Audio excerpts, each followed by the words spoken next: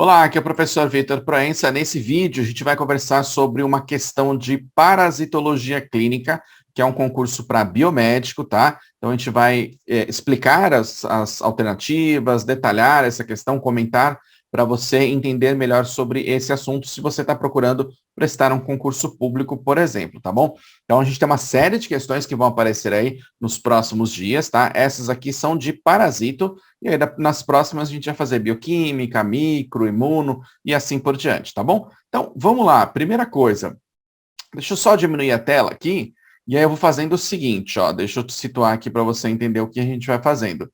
Eu vou ler a questão inteira, todas as alternativas, aí depois eu vou voltar e vou te mostrar como que eu faço a questão, tá? Então, eu vou ler aqui rapidinho. Essa aqui é de 2017, da banca IADES, Fundação Hemocentro de Brasília, Distrito Federal, para analista de laboratório e biomédico também, tá?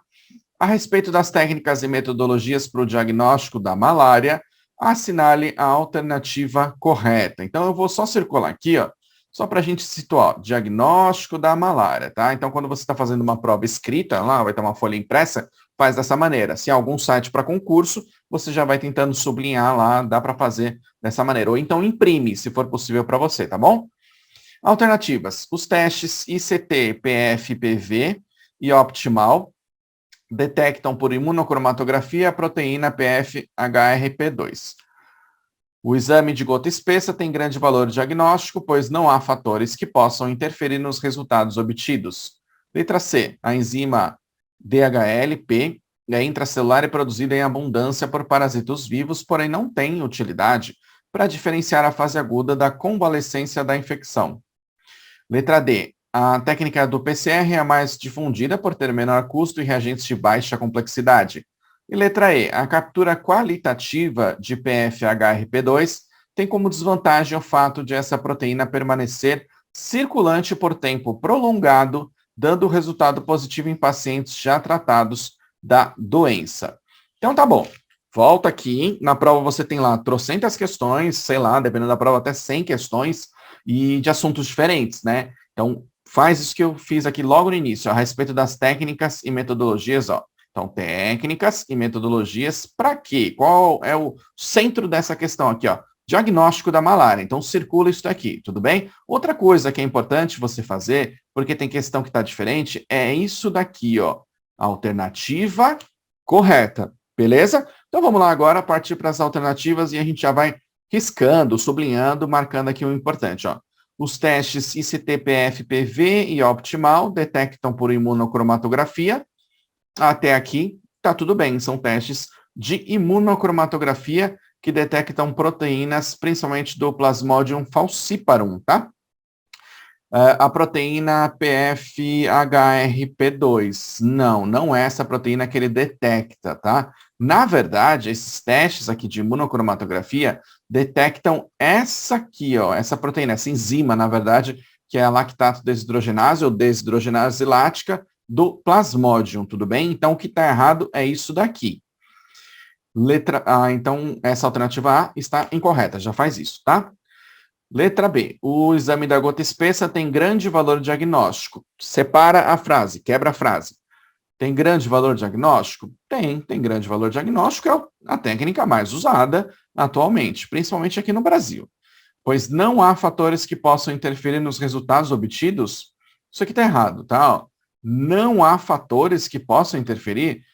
Eu desconheço um teste que nada possa atrapalhar, tá? Qualquer teste, exame laboratorial, tem algum fator que pode alterar a eficiência, eficácia, sensibilidade, especificidade, tá? Então, isso aqui numa questão de concurso público, já risco isso daqui, ó, não possa interferir nos resultados, porque não tem como ser isso daqui, basicamente, tudo bem? Então, tudo pode interferir, desde, por exemplo, fisiologia do paciente, resistência aos parasitas, por exemplo, tá? Então, não tem lógica. A enzima desidrogenase lática intracelular e produzida em abundância por parasitos vivos. Tudo bem? Quebra a frase até aqui? Beleza, tá? Então, faz isso mesmo, ó. Separa aqui a frase, ó. Separa a frase, porque normalmente ele coloca uma coisinha errada ou no início ou no fim da frase. Então, essa primeira parte aqui dessa frase, ó, não tem problema algum. é uma enzima intracelular produzida em abundância por parasitos vivos. Porém, não tem utilidade para diferenciar a fase aguda da convalescência da infecção. Então, isso aqui está errado, tá? Não tem utilidade. Ela tem utilidade, sim, é bastante utilizada para isso. A técnica do PCR, que é a reação em cadeia da polimerase, que é uma técnica de amplificação do material genético, é a mais difundida. Aqui para mim eu já acho estranho, mas tudo bem. Por ter menor custo, não, aqui já risca, tá? Ó, menor custos, reagentes de baixa complexidade, também está errado, tá? Ela não é assim tão utilizada nos laboratórios, porque o método da gota espessa, em países que estão em desenvolvimento, por exemplo, ele é muito mais barato, é muito mais prático, né? Não vamos falar simples, porque ele precisa de um treino muito bom do microscopista, por exemplo, ou ainda variações nos corantes, tá? Tem algumas desvantagens que podem acontecer na gota espessa e no próprio estiraço sanguíneo que é feito pela coloração, no final das contas, de guinça, né? Mas assim, essa técnica de PCR, ela é altamente sensível, específica, dá para você diferenciar espécies, né, do mesmo gênero aí de Plasmodium, mas não tem menor custo e não é de baixa complexidade. Então, eu já risco isso daqui, ó, para mim tá errado. E vamos lá. A captura qualitativa de PFHRP2 tem como desvantagem o fato dessa proteína permanecer circulante por tempo prolongado, dando resultado positivo em indivíduos já tratados da doença. É isso mesmo, tá? O que dá para diferenciar é essa daqui, ó, lactato desidrogenase, que é interessante para você diferenciar. Então, essa daqui pode dar resultado positivo, ela surgiu há mais tempo, na verdade, foi muito utilizado e agora está mudando um pouco para outros tipos de proteínas, tá? Coisas mais específicas aí. Então, ela pode dar resultado positivo em indivíduos já tratados que tenham ainda positividade para esse tipo de proteína aí, tudo bem? Então, essa é a nossa alternativa, a letra E. Agora, o que eu fiz para você? Eu preparei aqui, ó, a discussão de cada uma dessas alternativas, nessa questão especificamente, para você ter um pouco mais de conhecimento e agregar mais para você já revisar alguns conceitos, tá? Então, ó, análise das alternativas. Essa aqui está incorreta, como a gente já disse, né? Letra A, justificativa. Esses dois testes, ó, ICT-PF-PV e Optimal, são realizados em fita de nitrocelulose e detectam por imunocromatografia a enzima desidrogenase lática específica do gênero Plasmodium, tudo bem? Por que, professor? Porque a gente também tem desidrogenase lática, tudo bem? E outra específica do Plasmodium falciparum. Então, ele separa, né, o falciparum dos outros tipos aí de gêneros do Plasmodium, então presente no sangue total de pacientes. Esses testes possibilitam diferenciar uma infecção causada pelo falciparum de outra causada por uma ou mais espécies de não falciparum, mas ele não consegue diferenciar aí espécies de malária mista, que a gente diz, tudo bem? Então, não é, ó, o que está errado, não é a proteína aqui, ó, HRP2, tudo bem? Que a gente vai comentar nas próximas alternativas aqui, ó. Na letra B, o que está errado aqui, ó? Na gota espessa, requer experiência para a identificação das espécies, tá? Então, precisa de um microscopista com bastante treino para diferenciar o quê? A morfologia do parasita. Então, durante os processos aí, né, de deshemoglobinização, coloração e etc., pode ter uma alteraçãozinha aí da morfologia e a pessoa precisa de um treino adequado, tá? Então, essa é uma desvantagem aí da gota espessa, apesar de ser a mais utilizada. Também precisa de processamento parcial ou total relativamente rápido, depois dessa amostra ser colhida, para evitar a fixação de hemoglobina, supracoloração ou descoloração. Então, pode ter o quê? Diferença na coloração dessas amostras aí também, tudo bem? Então, precisa ter um treino, um tempo adequado desses processos todos. Então, existem fatores, sim, que podem interferir nos resultados, por isso que está incorreta, como eu já tinha comentado para você.